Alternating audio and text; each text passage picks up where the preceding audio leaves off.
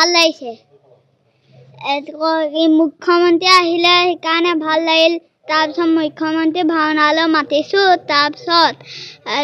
সেই মুখ্যমন্ত্ৰীক ধন্যবাদ দিছোঁ আমাক যে চাইকেলখন দিলে মামা আহিছেনে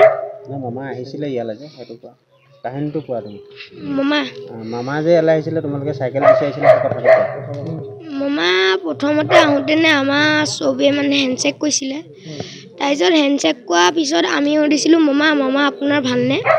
তাৰ মামাই কৈছে ভাল তহঁতৰ ভালনে এনেকুৱা বাবে আমি ক'লোঁ ভাল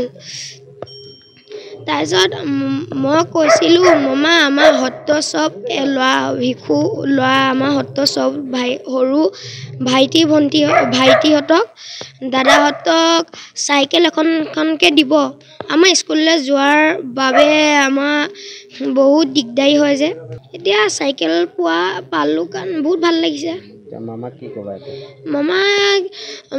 ঈশ্বৰৰ ওচৰত কামনা কৰিছোঁ আৰু মামাক সন্মান জনাইছোঁ আৰু বহুত ভাল লাগিছে মামা ভালে থাকক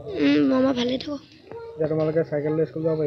পাৰিম চাইকেলখন পাই বহুত মনত আনন্দ হৈছে এই মামাই যে আমাক চাইকেলখন দিছে মামাক ধন্যবাদ জনাইছোঁ আৰু মামাক ৰাসলৈ আহিবলৈ কৈছোঁ আৰু ইয়াত ভাওনা পাতিছে ভাওনালৈ আহিবলৈ কৈছোঁ আহিব পাৰে আহিম বুলি কৈছে মামাক ভাল লাগিল মামাই চাইকেলখন দিয়াৰ কাৰণে মনটো ভাল লাগিছে এতিয়া মামাক ৰাসলৈ মাতিছোঁ ভাওনা চাবলৈ মাতিছোঁ আহিম বুলি কৈছে আহিলেই হ'ল মামাক ভাল থাকিলেই হ'ল মামা জিন্দাবাদ মামাই চাইকেল খুজিছিলোঁ হয় আজি আমি সঁচাকৈ আমাৰ আজি খুব শুভ মুহূৰ্তৰ দিন কিয়নো আমাৰ এই শ্ৰী শ্ৰী বদলা পদ্মাৱতী সত্ৰত আমাৰ অসমৰ সৰ্বকালৰ সৰ্বশ্ৰেষ্ঠ মুখ্যমন্ত্ৰী সন্মানীয় শ্ৰী ডক্টৰ হিমন্ত বিশ্ব শৰ্মাদেৱে আমাৰ